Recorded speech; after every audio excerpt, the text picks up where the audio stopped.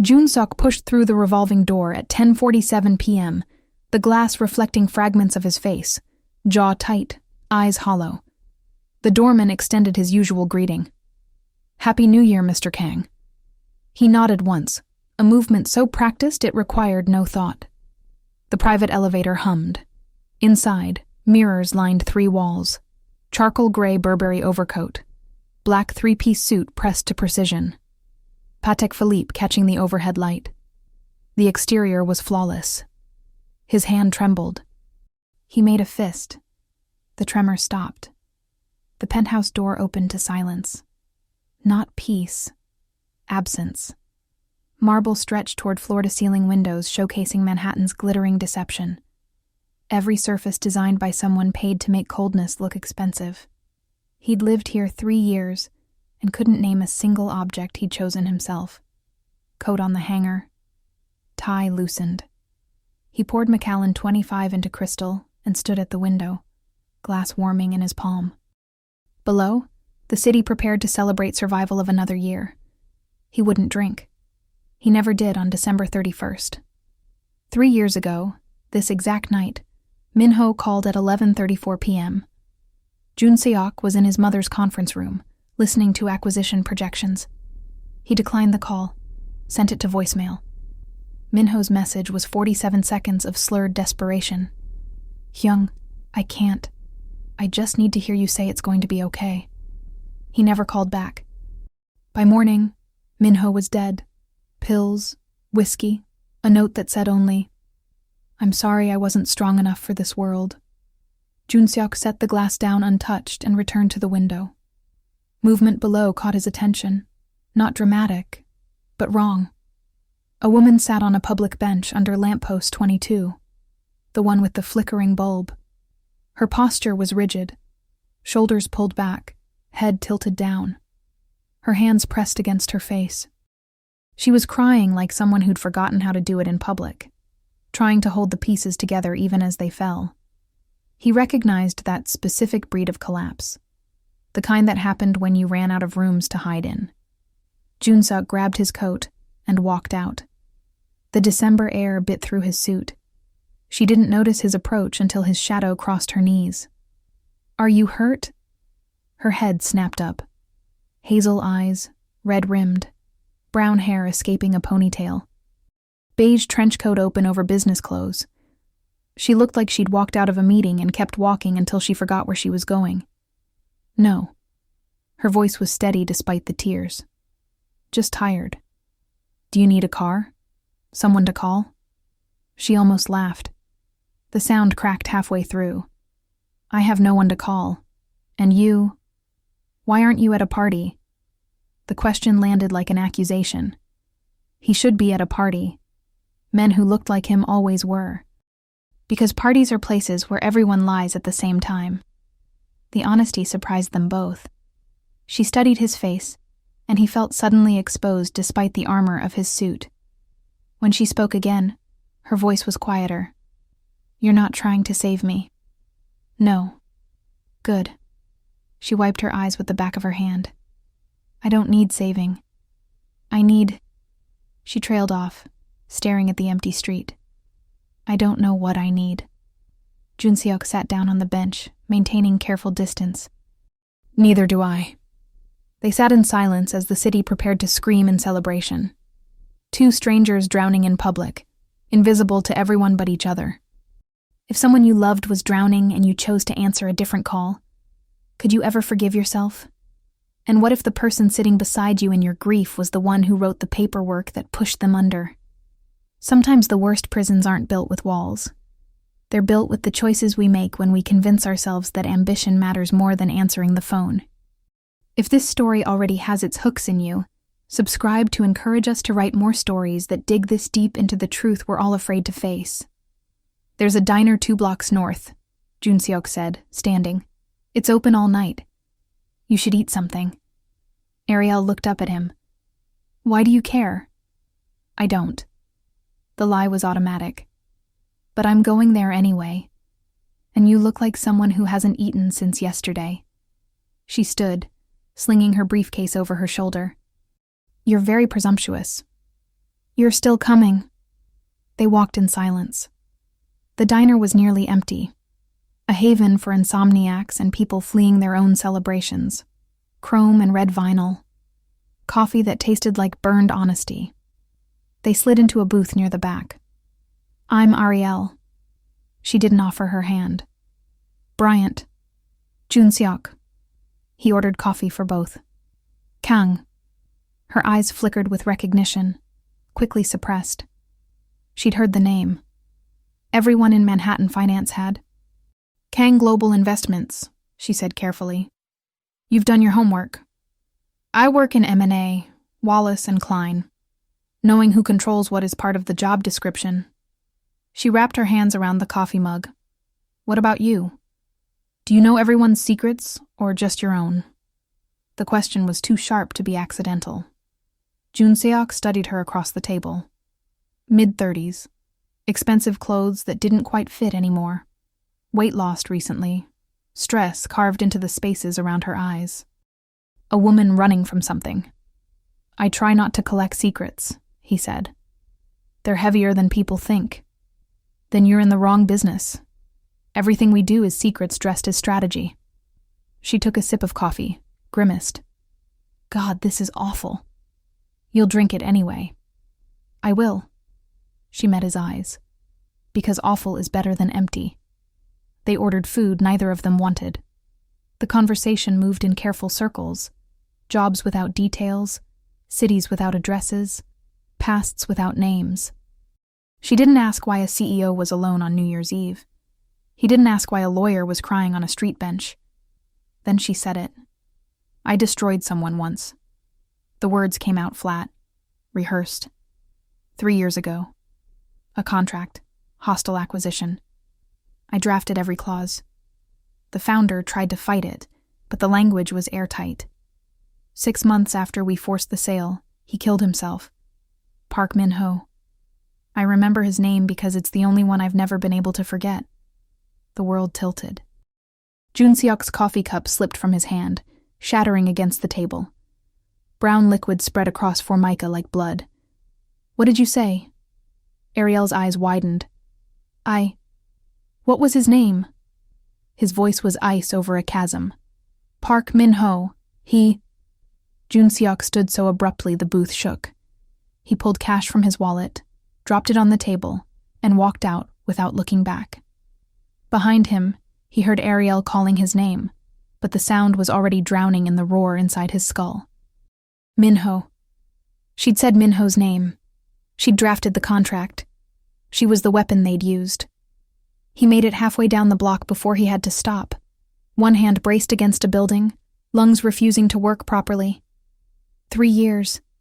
He'd been running from this for 3 years, and he'd just sat across a table from the person who'd helped pull the trigger.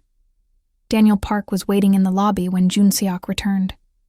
His secretary never slept on New Year's Eve, an unspoken vigil he'd maintained since Min-ho's death. Hyung. Daniel stood, concern immediate. Where did you go? You look... I'm fine. You're not. Daniel moved to intercept him before the elevator. Talk to me. Not now. Then when? Daniel's voice hardened. You've been saying not now for 3 years. When does it become now? Junseok stopped, turned, looked at the young man who'd seen him shatter and stayed anyway. I met someone tonight. Okay. She wrote the contract, the one for Min-ho's company. She told me herself. She remembers his name. Daniel went still. The lawyer from Wallace and Klein? You knew? I've known for 2 years. I've been waiting for you to ask. Daniel removed his glasses, cleaned them methodically. Her name is Ariel Bryant, director of M&A. She was 29 when she drafted it. Marcus Wallace gave the order. She executed. Why didn't you tell me?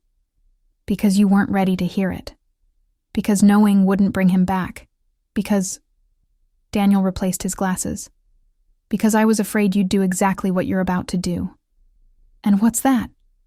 Punish her for something we're all guilty of. The words landed like a physical blow. Junseok felt his defenses rising, the familiar armor snapping into place. I didn't write the contract. No. You just signed the acquisition order. Or did you forget that Kang Global was the buyer? Daniel's voice was gentle, devastating. Hyung, we all killed him. Your mother gave the order. You approved the funding. Ariel wrote the legal language. Marcus pushed the timeline. Minho couldn't breathe under the weight of all of us. Junseok's knees buckled. He sat down hard on the lobby's leather sofa, head in his hands. I didn't know it would. Neither did she. They sat in silence. Outside, fireworks began. Early celebrators unwilling to wait for midnight. Each explosion sounded like an ending. She was crying, Junseok said finally. On the street. She remembers his name. Then maybe she's been carrying it the same way you have. What do I do? Daniel stood, straightened his tie. You go upstairs. You sleep. Tomorrow you decide if you want revenge or if you want truth. Because you can't have both, Hyung. Revenge feels better, but truth is the only thing that might actually set you free. Ariel sat in the diner for 20 minutes after Junseok left. The waitress cleaned the spilled coffee with practiced efficiency, replaced the mug, walked away. The replacement sat untouched, cooling. Her phone buzzed. Claire. Where are you? You promised you'd come over tonight. Ariel typed a response, deleted it, tried again. Something came up. I'm sorry. You're always sorry. That's not the same as being here. She pocketed the phone. Claire was right. Sorry was her default setting. Empty syllables she deployed when presence required too much. The contract was in her briefcase. She carried it everywhere, a 78-page confession printed on premium paper. Clause 17, non-compete. Clause 18, intellectual property transfer. Clause 19, termination with cause. She'd written Clause 19 specifically to ensure Minho had no leverage. If he refused to execute his duties as transitional consultant, the entire earnout would vanish. He'd signed it because he had no choice. She'd drafted it because she thought legal precision was the same as doing her job well. No one told her he'd hanged himself in his apartment 6 months later, the earnout period only half complete. Marcus had mentioned it once in passing. The park situation resolved itself, one less liability. She'd found the obituary herself. Looked at the photo of a young man with kind eyes and a smile that didn't reach them. Read about the startup he'd built with his best friend, the dream of making technology accessible, the investors who'd seen dollar signs instead of mission. She'd thrown up in her office bathroom and then returned to her desk to draft another contract. That was 3 years ago. She'd been promoted twice since then. Made senior director at 31. Her salary could buy penthouses, but she lived in a studio where nothing lived. No plants, no art, no evidence that a human occupied the space. Tonight, she'd stayed late to finish a brief no one needed until January. Walked out at 9 p.m. to discover she'd forgotten it was New Year's Eve. Sat on the bench because walking home felt too much like a destination, and she'd lost the ability to believe she deserved to arrive anywhere. And then, a stranger asked if she was hurt. She wasn't. But she'd been bleeding for 3 years. Ariel paid for the coffee neither of them had finished and walked out into the cold. On the sidewalk, she pulled out her phone and searched. Kang Junseok. The results loaded. Heir to Kang Global Investments. 36. Stanford MBA. Known for ruthless acquisition strategy and emotional unavailability. Board member of 14 companies. No public relationships. No scandals. And there, buried in a 3-year-old Business Journal article. Following the suicide of close friend and business partner Park Min-ho, Kang has declined all public appearances and interviews. Her phone slipped from her fingers. She caught it, barely. Park Min-ho's best friend. She'd just told Park Min-ho's best friend that she wrote the contract that destroyed him.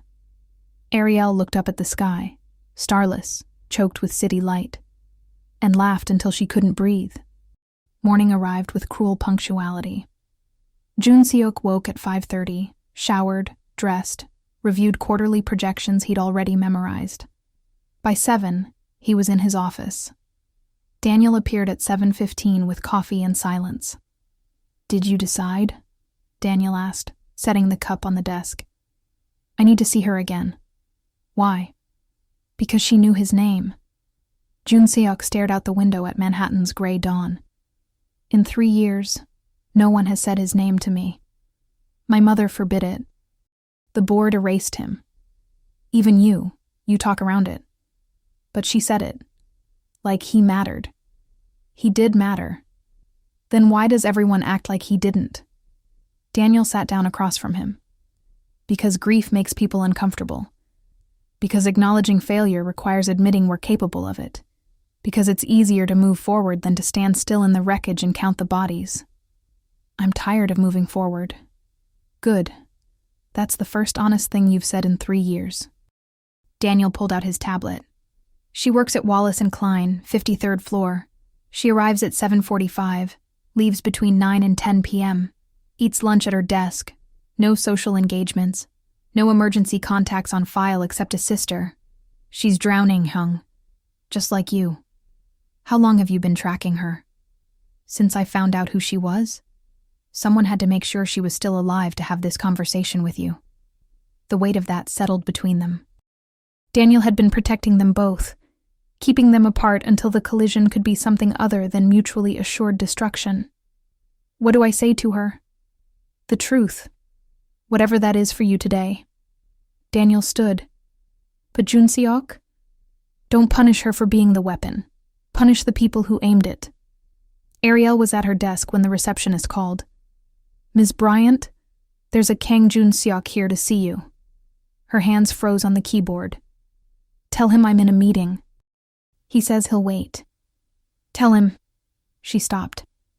What was the endgame here? He knew. She knew. The truth sat between them like a grenade with the pin already pulled. Tell him I'll be down in 5 minutes. She closed her laptop, checked her reflection in the dark screen. Circles under her eyes. Hair pulled back too tight.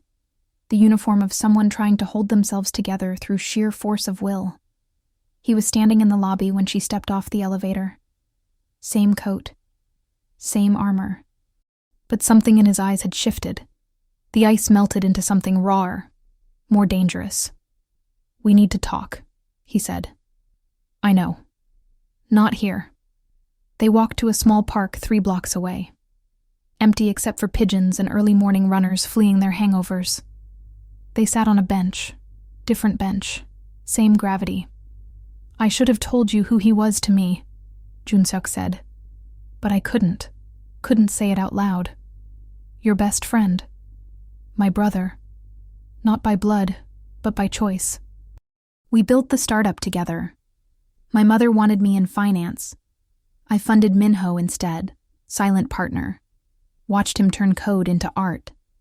And then, his voice caught. Then she found out, decided it was a distraction, ordered the acquisition.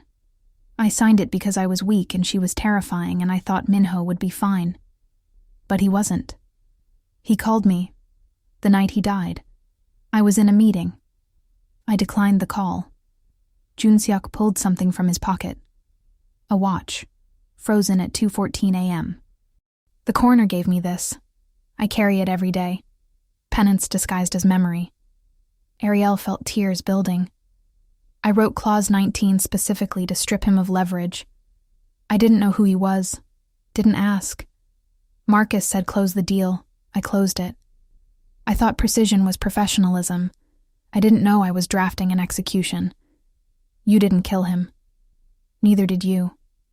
They sat with that lie, both knowing it was what they needed to believe to survive, but too tired to commit to it fully. I'm sorry, Ariel said finally, for my part in it, for not asking who was on the other side of the contract, for being good at something that destroys people. I'm sorry for walking out last night, for making you carry this alone. Jun Seok pocketed the watch. I don't know what we do now. Neither do I. But maybe... She hesitated. Maybe we stop running. Maybe we face it. Together. He looked at her then, really looked, and saw someone drowning in the same water. Why would you want to do this with me? Because you said his name.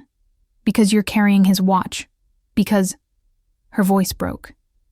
Because I've been alone with this for 3 years, and I'm so tired of pretending I'm okay. Junseok extended his hand. Ariel took it. They sat in the January cold, two strangers bound by a ghost, and decided to stop drowning separately. The photograph appeared on Manhattan Money, a gossip site that specialized in corporate scandal dressed as journalism. The caption read, "Kang Global Investments CEO spotted with Wallace & Klein director. New alliance or something more." The photo was grainy but unmistakable. Junseok and Ariel on the park bench, her hand in his, both their faces etched with grief. Daniel saw it first. "Hyung, we have a problem." Junseok looked at the screen, felt his stomach drop. "How fast will this spread?" "It's already trending. 300 shares in the first hour." Daniel scrolled through the comments. Speculation, innuendo, the internet's favorite game of building narratives from fragments. "Your mother's office called, twice." "Ignore it." "You can't ignore the chairwoman." "Watch me." But Chairwoman Kang Soo-jin wasn't a woman who waited for responses. At noon, she appeared in Junseok's office without warning, impeccable in pearl gray Chanel, fury contained behind surgical precision. "Explain." She set her phone on his desk, the photograph glowing accusatorily. "There's nothing to explain. You're holding hands with a woman in public. That's not nothing. That's a liability." She studied him with the same clinical detachment she applied to quarterly earnings. "Who is she?" "No one you need to concern yourself with." "I know exactly who she is. Ariel Bryant, Wallace & Klein. She drafted the Park Minho acquisition contract." Chairwoman Kang's voice didn't rise. It never did. Volume was for people who lacked actual power. "Are you sleeping with the woman who killed your friend?" The accusation hung in the air like poison. Junseok stood slowly, meeting his mother's eyes. "She didn't kill him. We did. You gave the order. I signed it. She executed. We're all guilty. I made a business decision. You destroyed him because he distracted me from your empire. I protected you from wasting your potential on sentiment." She picked up her phone, pocketed it. "End whatever this is, today, or I will." "No." For the first time in his life, Junseok watched his mother's composure crack. "What did you say?" "I said no. I'm done letting you make my choices. I'm done pretending Minho didn't matter. I'm done being the son you built instead of the person I am. If you continue this, there will be consequences. Then let there be consequences. I've been paying for your decisions for 3 years. It's time you paid for one of mine." Chairwoman Kang stared at him for a long moment. Then she smiled, cold, calculated, the expression of someone who just decided to go to war. "You'll regret this." "I already do. But at least this regret will be my own." She left without another word. Daniel, who'd been standing silently by the door, released a breath he'd been holding. That was either the bravest or stupidest thing you've ever done. Probably both. Junseok sank into his chair. "How much damage can she do?" "To you?" "Limited. You own 20% of the company. To Ariel?" Daniel pulled up another screen. "Everything. Your mother has connections at every major firm. She could blacklist her by close of business. Then we warn her." "Already did. She's on her way up." Ariel arrived 10 minutes later, laptop bag slung over her shoulder, professional mask firmly in place. But Junseok saw the cracks. The way her hands gripped the bag too tightly, the micro pause before she sat down. "Your mother?" she asked. "Saw the photo. Made threats. I refused." He slid a glass of water across the desk. "She'll come after you next." "She already has." Ariel pulled out her phone. "Marcus called an hour ago. Told me to distance myself from any potentially problematic associations or face partnership review. He didn't say your name. Didn't have to. I'm sorry. Don't be. This is just proof we're close to something they don't want us to see." She set her phone down. "I've been thinking about the acquisition. Something doesn't add up." What do you mean? The timeline. Minho's company was valued at $12 million. Your mother paid $40. That's not a hostile acquisition. That's overkill. Why? Junseok felt the pieces shifting in his mind. She wanted to make sure he couldn't fight it. Money removes leverage. But it also leaves a trail. I pulled the transaction records this morning. The purchase went through 3 shell corporations before landing at Kyungrae Global. Unusual complexity for a legitimate deal. You think she was hiding something? I think she was hiding everything. Ariel opened her laptop. I've been doing M&A for 8 years. This structure? It's what we use when the acquisition itself is the goal, not the asset. She didn't want Minho's technology. She wanted Minho gone. The truth settled like a weight. His mother hadn't made a business decision. She'd orchestrated a destruction, cold and methodical, designed to eliminate someone she'd deemed a threat. I need to see the full file, Junseok said. It's privileged. I don't care. Ariel studied him for a moment, then nodded. I'll get it. But Junseok, once we open this door, we can't close it. Whatever we find will be the truth, and I'm done running from it. The file arrived by messenger at 6 p.m., a red folder containing 78 pages and 3 years of answers. Ariel spread the contents across the conference table in Junseok's office, while Daniel pulled the blinds closed. This is the original contract, Ariel said, pointing to the first section. Standard language, asset transfer, earn-out structure, non-compete. Nothing unusual. But this... She flipped to page 43. This is where it gets interesting. Junseok leaned in. The clause was dense, buried in legal terminology designed to be overlooked. What am I looking at? Failure to perform clause. If Minho didn't meet specific performance metrics during the earn-out period, Kyungrae Global could terminate his consulting agreement and reclaim the purchase price. That's standard. It would be, except the metrics were impossible. Revenue targets that required a team of 50. Product launches that needed 2 years compressed into 6 months. Customer acquisition goals that defied industry standards. Ariel's voice was tight.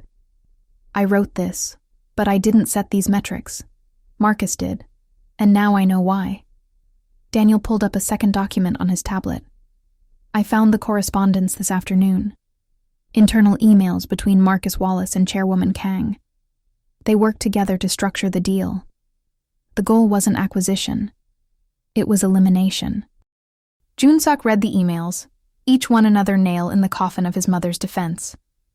We need to ensure the transition period creates sufficient pressure. Agreed. The metrics will be demanding, but defensible. Excellent. This resolves the distraction permanently. They killed him. The words came out flat, devoid of emotion. They built a cage disguised as an opportunity and waited for him to suffocate. Yes. Ariel's hands shook slightly as she organized the papers. I was the architect, but I didn't design the blueprint. I thought I was closing a deal. I was building a trap. We were all tools, Daniel said quietly. The question is what we do now. Junseok stood, walked to the window. Below, Manhattan glittered. Billions of lights hiding billions of shadows. His mother had built an empire in those shadows. He'd inherited it without question. We expose it. He turned back to them. All of it.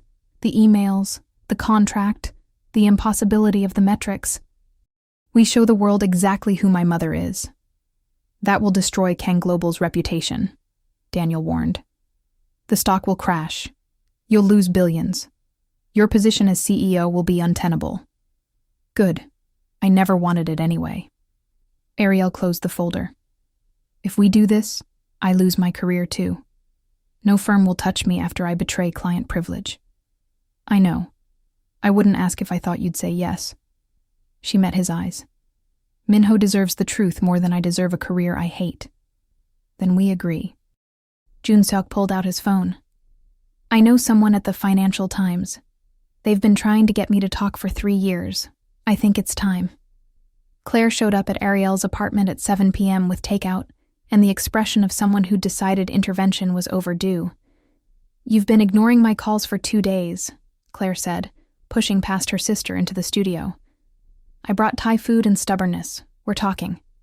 "I'm busy." "You're always busy. That's the problem." Claire set the food on the counter, then stopped, staring at something in the corner. "Is that a plant?" Ariel followed her gaze to the small lily on the windowsill, brown, wilted, barely clinging to life. "I bought it 3 weeks ago. I keep forgetting to water it. It's dying." "I know." "Ariel," Claire's voice softened. "When did you stop being able to keep things alive?" The question hit harder than it should have. Ariel sank onto her single chair, suddenly exhausted. "I don't know. Somewhere between becoming good at my job and forgetting why I wanted it." Claire knelt beside the plant, examining the soil. "It's not dead yet, just neglected. We can fix it." "It's a metaphor, isn't it?" "Everything's a metaphor with you." Claire stood, grabbed a glass of water, poured it carefully into the pot. "Talk to me. What's going on? Who's the guy in the photo?"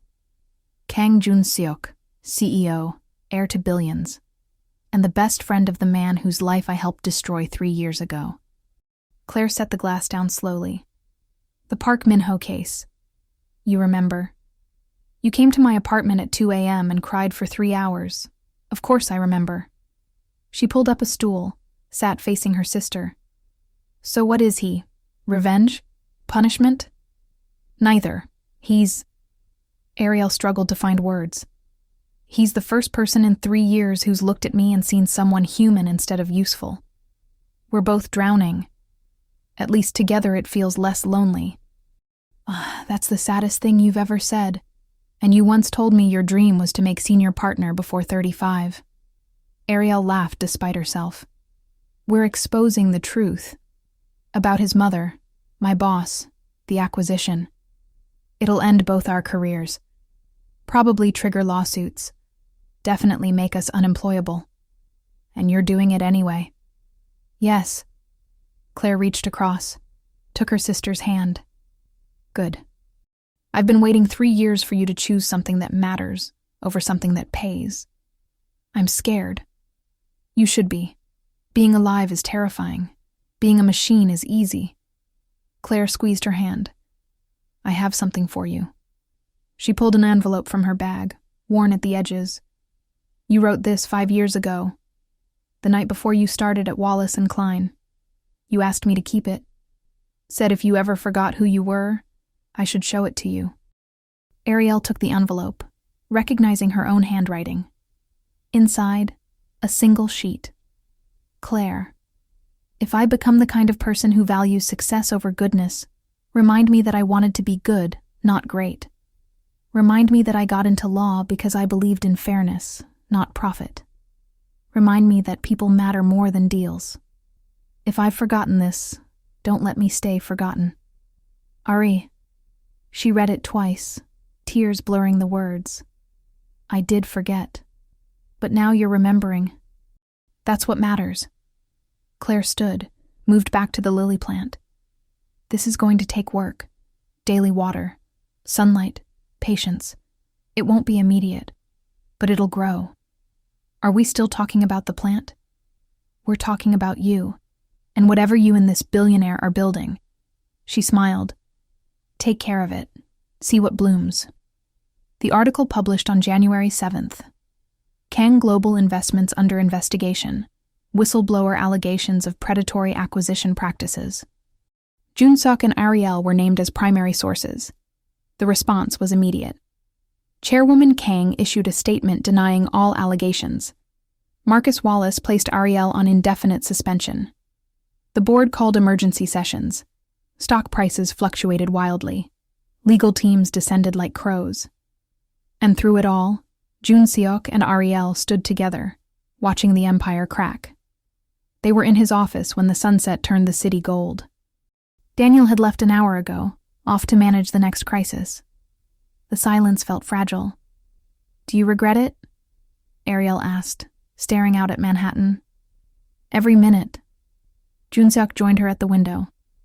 "But I'd do it again." Me too. She turned to face him. I keep thinking about Minho, wondering what he'd say if he knew we burned everything down to tell his story. He'd say we were idiots. Probably. But he'd also say thank you for finally choosing truth over survival. Junseok pulled Minho's watch from his pocket. I had it repaired yesterday. It runs now. Seemed like time. That's a terrible pun. Minho loved terrible puns. They stood in the fading light. Two people who'd been strangers 3 weeks ago and were now bound by shared destruction. The kiss happened slowly. A mutual lean. A question asked with proximity and answered with breath. When their lips met, it wasn't passion or desperation. It was recognition. They pulled apart, foreheads touching. This is a terrible idea, Ariel whispered. Most good things are. We're unemployed, probably getting sued, definitely unemployable. I have savings. I have Claire's couch. Then we're set. He kissed her again, longer this time, and felt something in his chest unclench for the first time in 3 years. The fireworks started at 8, some private celebration on a rooftop nearby. They watched from the window, pressed close, hands intertwined.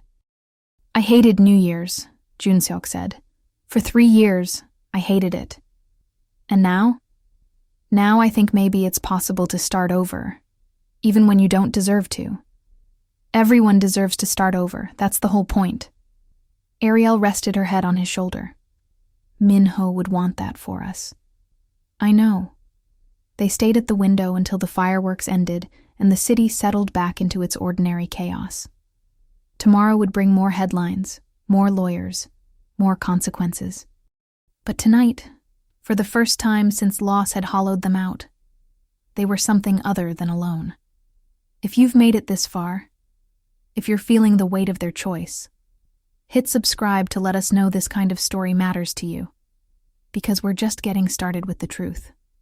Chairwoman Kang watched the news from her penthouse, higher than her son's, better view, colder. The anchor discussed the scandal with barely concealed glee. Corporate misconduct, ethical violations, calls for investigation. Her phone rang. She answered without checking the caller ID.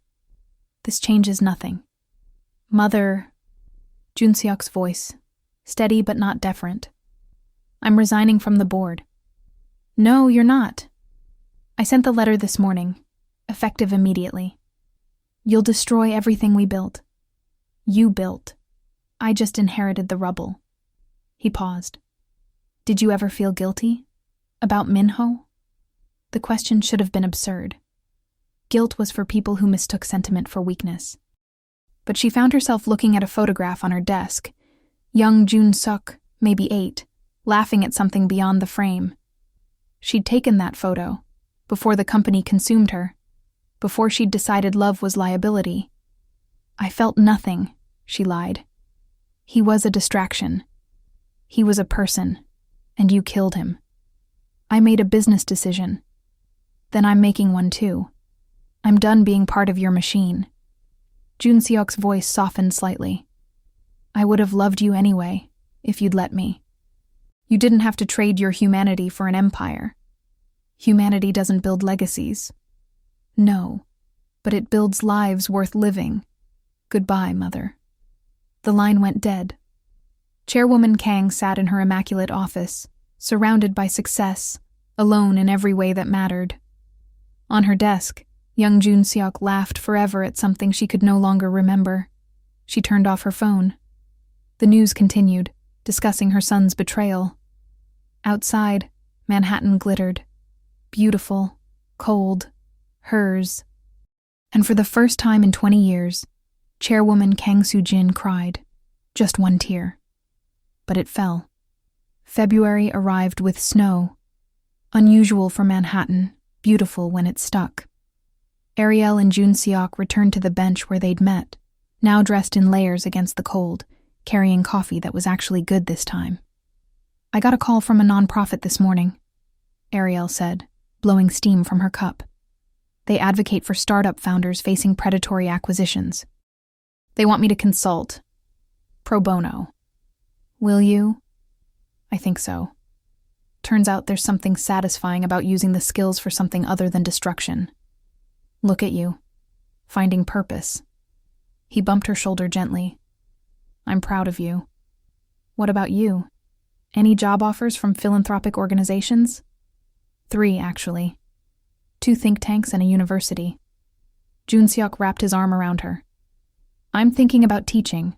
Business ethics. God knows the field needs it. Professor Kang. I like it. They sat in comfortable silence, watching snow settle on empty streets. The lawsuit was progressing slowly. Marcus had been forced to resign. Chairwoman Kang remained at Kang Global but diminished.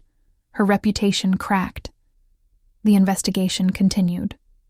Do you ever wonder what Minho would think? Ariel asked. About us. This. Every day.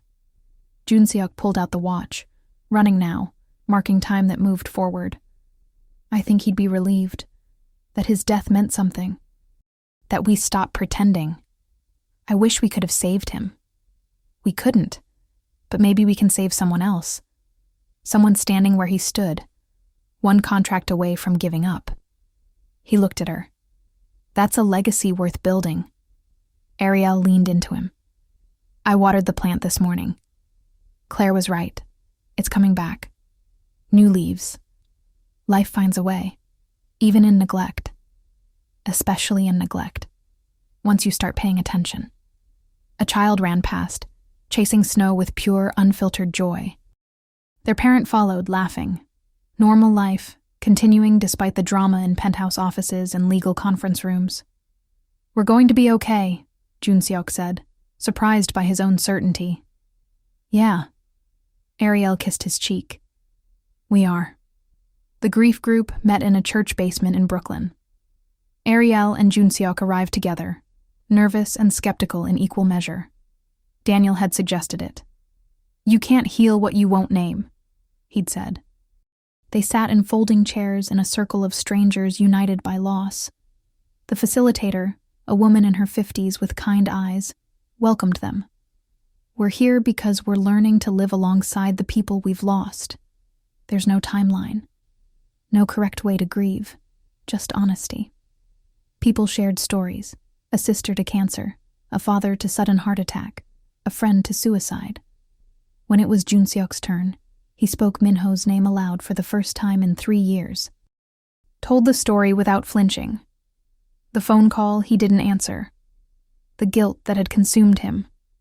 The woman beside him who'd been weaponized against the same person. I carry his watch, Junseok said, showing the group. For 3 years I carried it broken. Thought keeping it stopped meant I was remembering him. But I was just making sure time couldn't move forward. He looked at Ariel. Someone taught me that you can remember without staying trapped. Ariel took her turn. Described the contract. The moment she learned about the suicide. The 3 years of pretending she was fine. I thought if I didn't acknowledge it, it would hurt less. But silence isn't protection. It's just slow suffocation. What changed? The facilitator asked gently.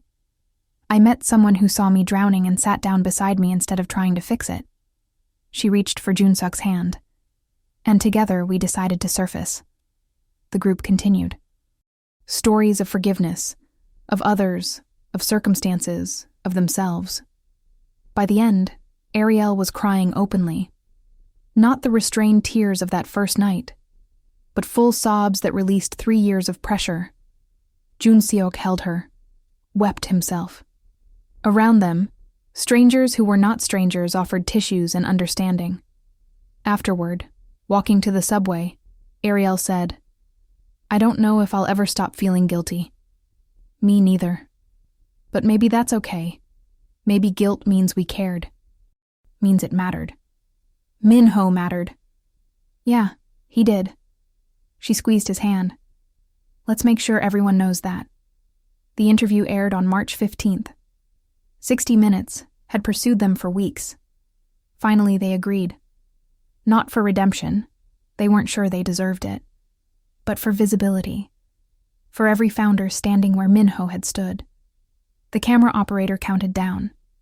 The interviewer, a veteran journalist known for sharp questions, began. Thank you both for being here. This has been called the most significant corporate whistleblowing case in a decade, but it's also deeply personal. Jun Seok, Minho Park was your best friend.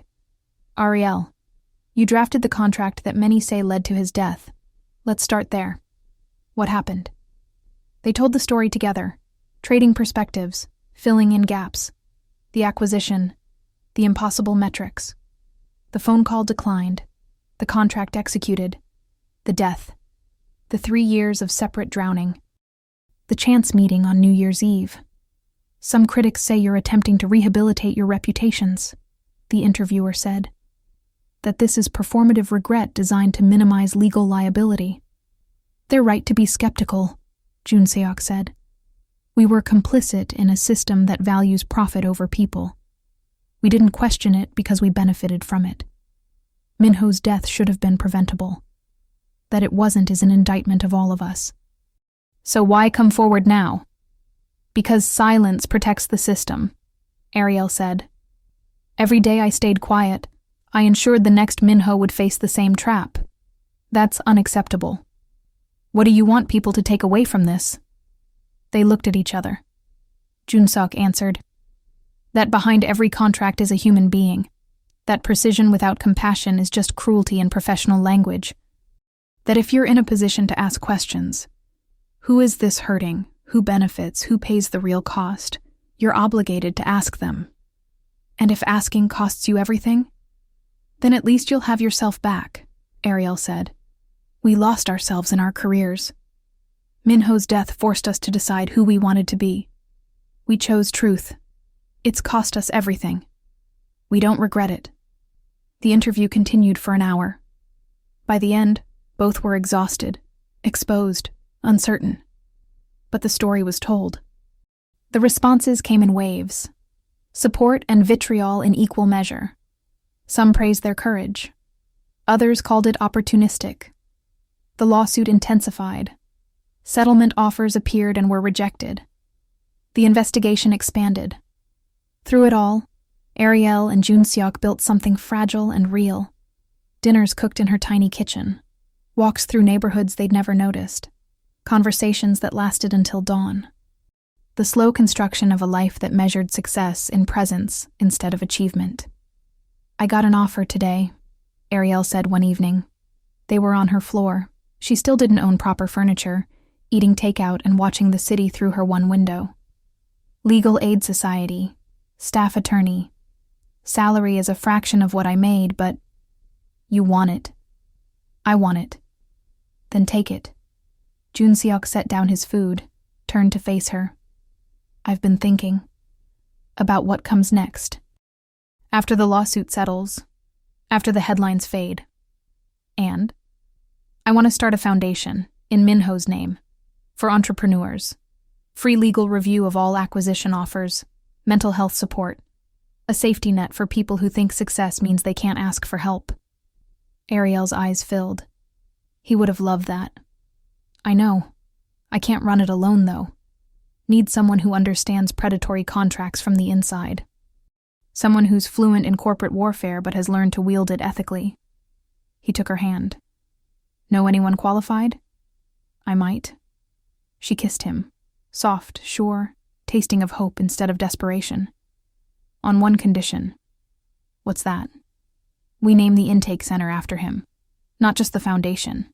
I want every person who walks through those doors to see his name, to know he mattered, that his life and death meant something. The Park Minho Center for Founder Protection. Perfect. They held each other in the dim light of her studio, surrounded by evidence of a life slowly coming back to life. The lily plant bloomed on the windowsill. Small white flowers, fragile but persistent. I love you, Jun Seok said. I don't know if I'm supposed to say that yet, but it's true.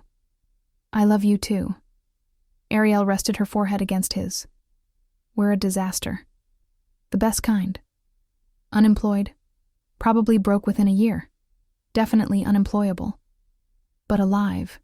Really. Actually alive. Yeah. She kissed him again. We are. May brought resolution in unexpected forms. The lawsuit settled. Kang Global admitted no wrongdoing, but agreed to policy reforms and a substantial payment to the Park family. Chairwoman Kang stepped down as CEO, remaining only as figurehead chair. Marcus Wallace was disbarred. Jun Seok and Ariel emerged battered but intact.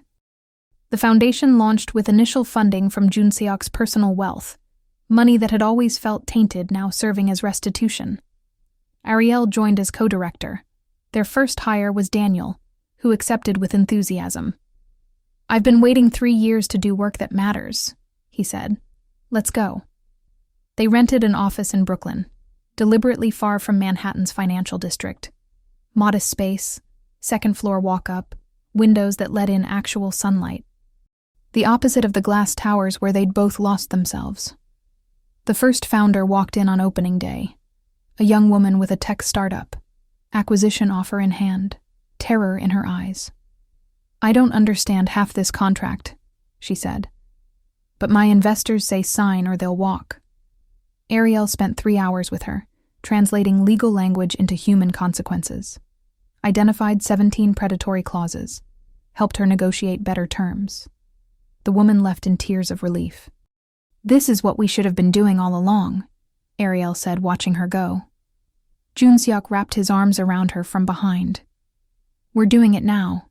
That's what matters." They worked 12-hour days, but for people instead of profit. Saved 6 startups in the first month, expanded to a team of 5 by summer. Every person they helped was a small redemption, a piece of Minho's legacy honored. "I moved out of the penthouse," Jun Seok said one evening. They were closing the office, exhausted and satisfied. "Listed it yesterday." Ariel looked up from her laptop. "Where will you go?" "I found a place in Brooklyn. Walking distance from here. 2 bedrooms. Needs work. Has a kitchen that's actually used for cooking."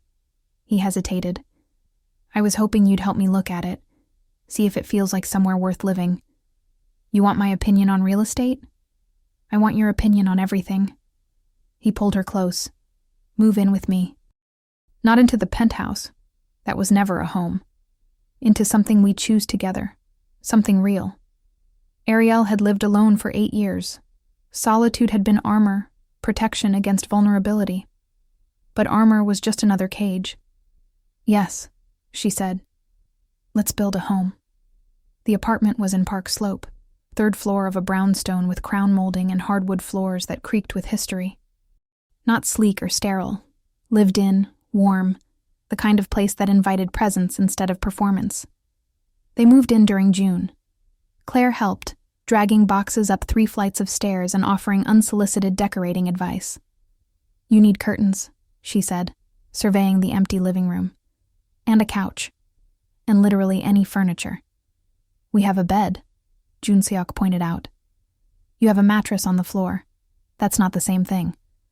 "We're working on it," Ariel said, laughing. Rome wasn't built in a day. Rome had furniture. But Claire was smiling. She pulled her sister aside while Jun Seok assembled a bookshelf. "You look happy. Actually happy, not performing happy." "I am. Terrified and broke and unemployable by traditional standards. But happy." "Good. You deserve it." Claire hugged her tight. "I'm proud of you. For choosing this. For choosing him. For choosing yourself. Thank you for keeping the letter. For reminding me who I wanted to be." That's what sisters are for. They ordered pizza. 8 sitting on the floor surrounded by boxes. Daniel stopped by with a housewarming gift. A framed photo of Minho, young and laughing, arms around Jun Seok at some long-ago celebration. "I found it in the old office files," Daniel said quietly. "Thought you should have it." Jun Seok took the frame with shaking hands. "Thank you, Hyun-woo. For everything. For staying when I was unbearable. For pushing when I needed it. You're my brother, Hyung. That's what we do." They hung the photo in the living room, central and honored. Minho's smile became part of the foundation of their new life. Not a ghost, but a presence. A reminder of why they'd torn everything down to rebuild something true. Summer turned to fall. The foundation thrived. They hired 2 more attorneys, a business consultant, a mental health counselor. The Park Minho Center became known as a sanctuary for founders facing impossible choices, a place where someone would finally ask, not just about the terms, but about the human cost. Junseok started teaching a business ethics seminar at NYU. His students were sharp, skeptical, hungry for answers to questions the curriculum ignored. He taught them about Minho, about the real cost of precision without compassion, about choosing truth over comfort.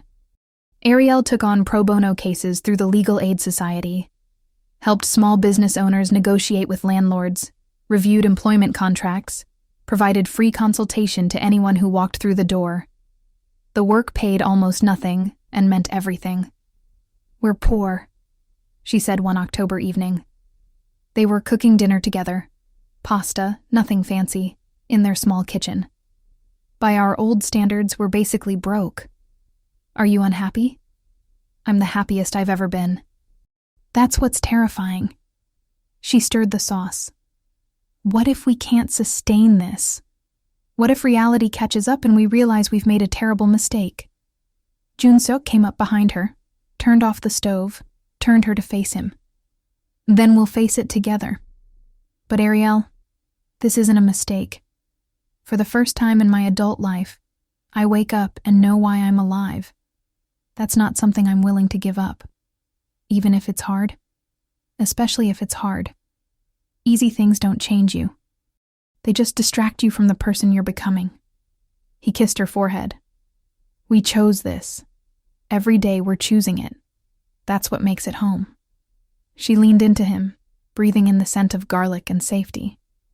"I love you. I love you too. Even when you burn the pasta. It's not burned, it's..." She looked at the pot. "Okay, it's a little burned." They ordered takeout instead, ate on their secondhand couch, watched the city lights through curtains Claire had insisted they buy. Normal life. Beautifully, impossibly normal. Chairwoman Kang called in November. Junseok almost didn't answer, but curiosity, or perhaps hope, made him pick up. "Mother." "Junseok." Her voice was different, smaller somehow, less certain. "I saw the article about the foundation, the work you're doing. Did you call to criticize?" "No, I called to..." She paused. Chairwoman Kang never paused. "I called to say I was wrong. About Minho. About the acquisition. About making you choose between your humanity and your inheritance." The admission hung between them like a foreign language neither knew how to speak fluently. "Why now?" Junseok asked. "Because I'm 70 next year. Because the empire I built is hollow. Because I have 20 people on my payroll and no one to call when I'm afraid." Her voice cracked. "Because my son chose to lose everything rather than lose himself. And I realized too late that I made the opposite choice." "I don't know what you want me to say." "I don't want you to say anything. I want..." Another pause. "May I see the foundation? See what you've built?" Junseok looked at Ariel, who'd been listening quietly. She nodded. "Okay," he said. "But this doesn't erase what happened. I know. I'm not asking for erasure. I'm asking for a chance to understand what I destroyed." She came the following week. Dressed simply, no Chanel, no pearls, just a wool coat and an expression of genuine uncertainty. Daniel showed her around, introduced her to the team, explained the work, contract review, negotiation support, mental health services, founder advocacy. Chairwoman Kang stopped in front of Minho's photo. Stood there for a long time. "He had kind eyes," she said finally. "He was kind," Junseok replied. "That's why your world ate him alive." "Yes." She turned to face him. "I told myself business required ruthlessness. That sentiment was weakness. I built an empire on that belief. And now I understand I just built a very expensive tomb. What do you want, Mother?" "To help, if you'll allow it. The foundation needs funding. I have resources. Let me..." She hesitated, the words unfamiliar. "Let me do something that matters, please." Junseok looked at Ariel, at Daniel, back at his mother. The woman who'd destroyed Minho. The woman who'd chosen empire over son. The woman who was, impossibly, asking for redemption. "We'll think about it," he said. "But if you do this, you do it honestly. No PR, no tax write-offs disguised as charity, real funding, real engagement, and you apologize publicly to Minho's family." "I will. Whatever it takes." She left 30 minutes later. In the silence that followed, Ariel said, "Do you believe her?" "I don't know, but I believe in second chances. We got ours." He looked at Minho's photo. Maybe she deserves the chance to earn hers. December returned, a year since they'd met. Junseok and Ariel walked to the bench under lamppost 22. Snow was falling again, soft and deliberate, turning the city into something gentler. "A year ago I was sitting here crying," Ariel said, "convinced I'd lost everything that mattered. You had lost it. We both had." Junseok pulled her close. "But we found something better. Something real. Do you still carry the watch?" He pulled it from his pocket. It ran smoothly now, ticking through seconds that moved forward instead of staying frozen. Every day. But now it's a reminder that time moves, that we move with it. Minho would be proud of us. "I think so. I hope so." He kissed the top of her head. "I have something for you." He pulled a small box from his coat. Not a ring, too soon, too presumptuous, but something else. Ariel opened it to find a delicate silver necklace with a tiny lily pendant. "For the plant that wouldn't die," he said. "And the woman who learned to let things bloom." She put it on with shaking hands. "It's perfect. You're perfect. This life we're building is perfect. Not because it's easy, but because it's ours."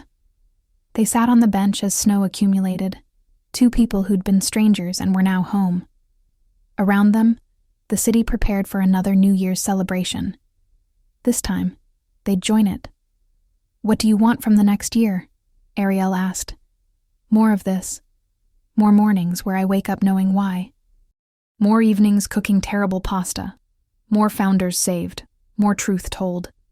He looked at her. "More you. That's a good list." She rested her head on his shoulder. "I want to expand the foundation.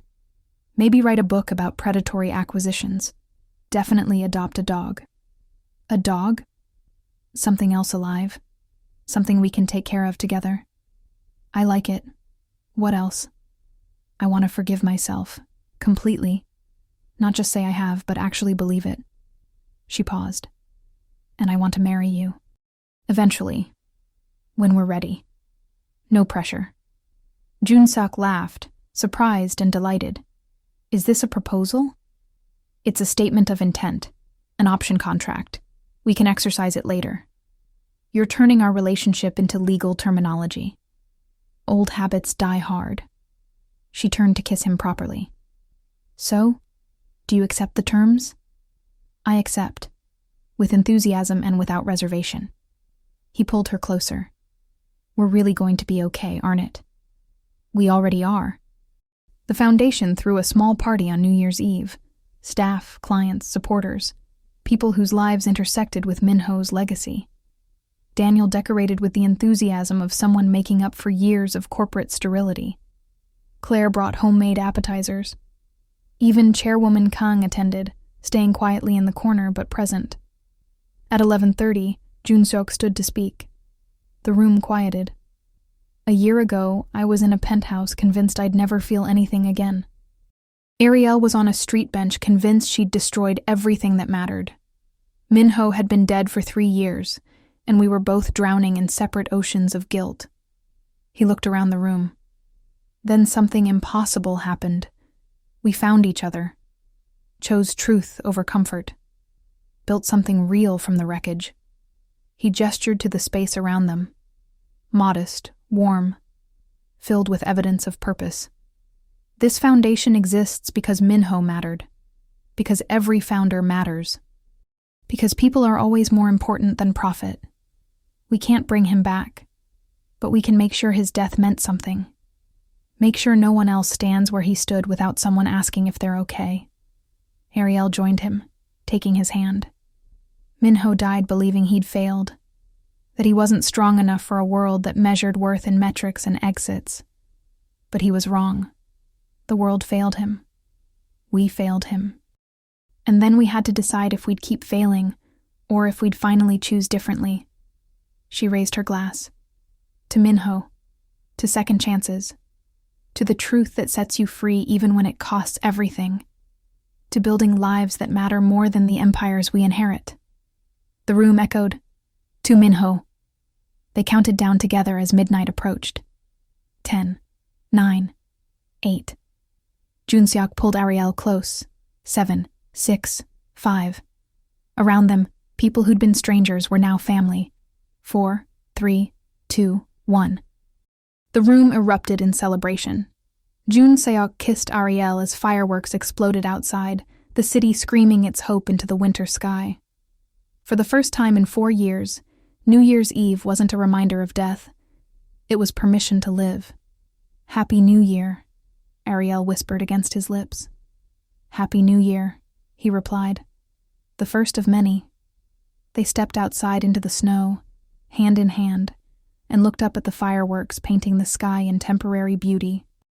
Beside them, Daniel took a photo, not for press or PR, but for memory, evidence that they'd made it through. "We should plant something," Ariel said suddenly. "In Minho's honor. A tree, maybe. Something that grows." "In the spring," Junseok agreed. "We'll find a place in the city. Make it permanent. The Park Minho Memorial Garden." "Perfect." They stayed outside until the fireworks ended, and the cold drove them back inside. The party continued until 2 a.m., people laughing, sharing stories, building the kind of community that made isolation impossible.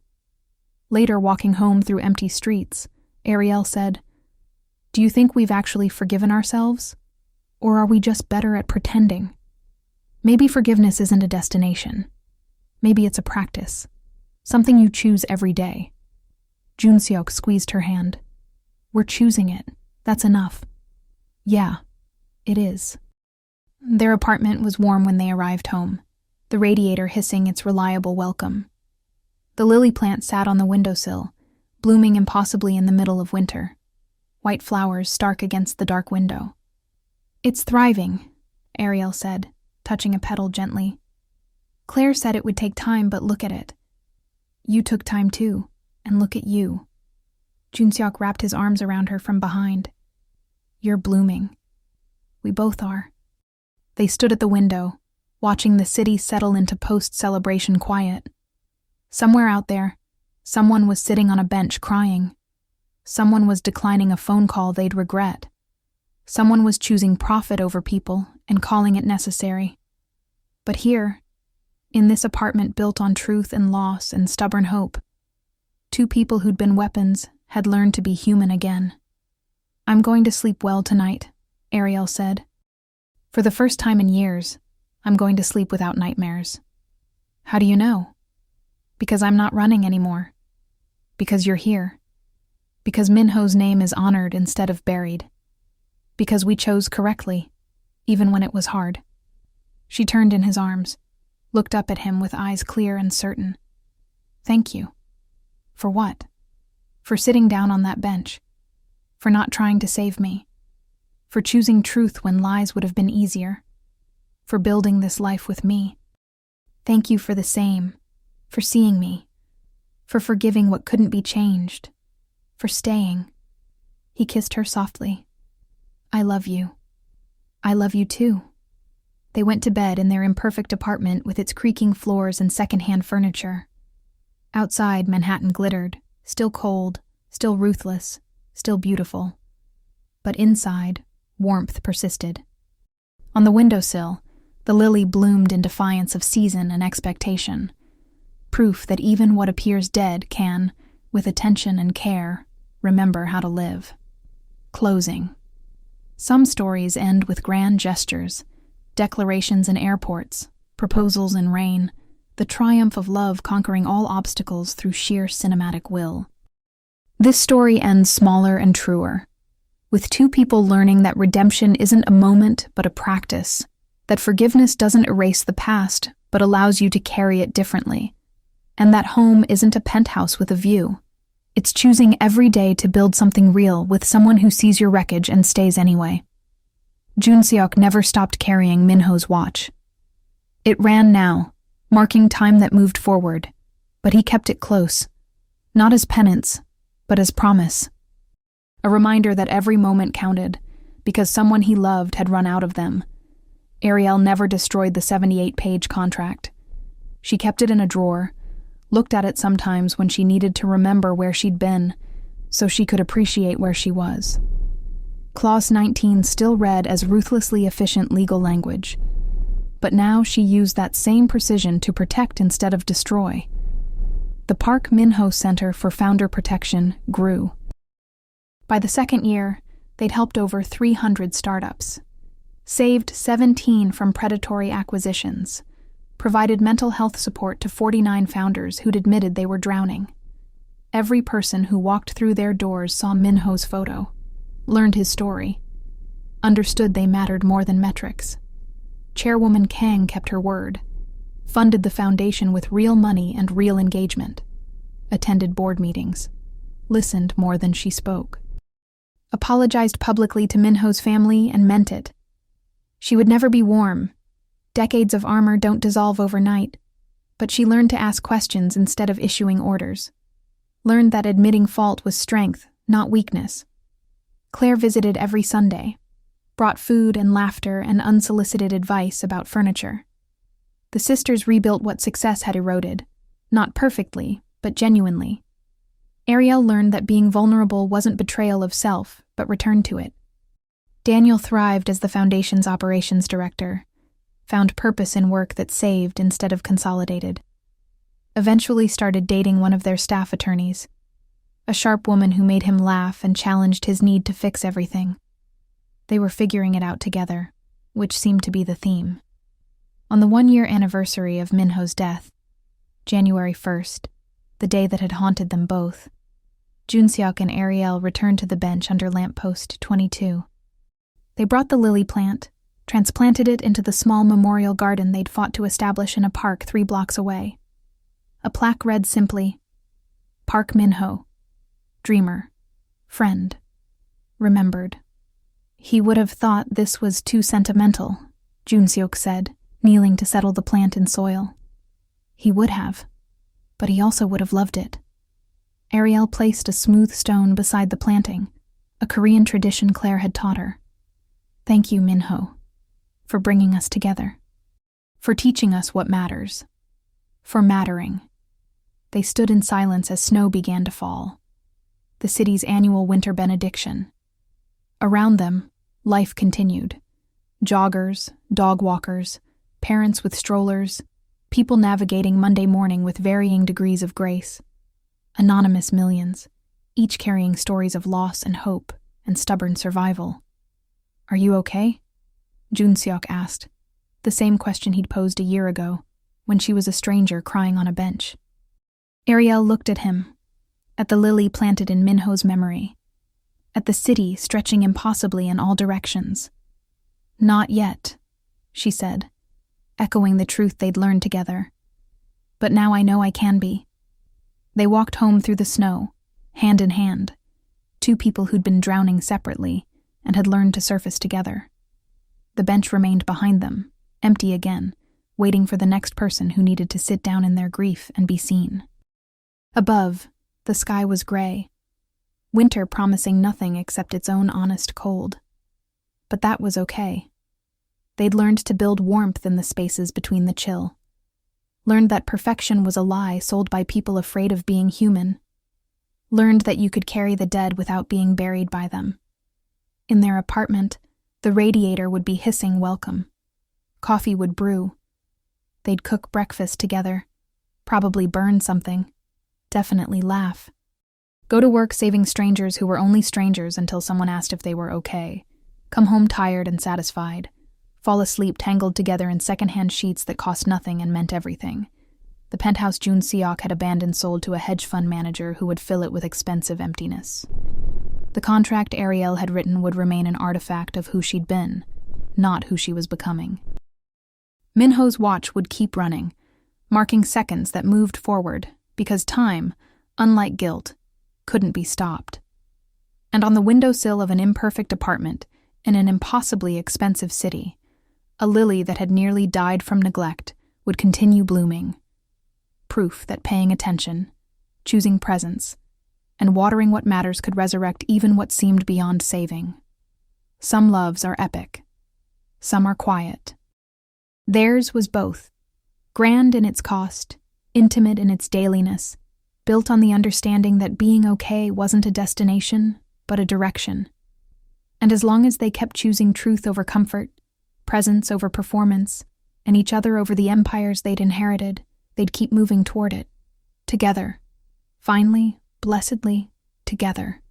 The city glittered on, indifferent and eternal. But inside one apartment, two people who'd returned from their separate drownings learned that the opposite of loneliness wasn't a penthouse view. It was someone asking if you're okay, and meaning it enough to sit beside you in the answer, whatever it was. That was enough. More than enough. It was everything.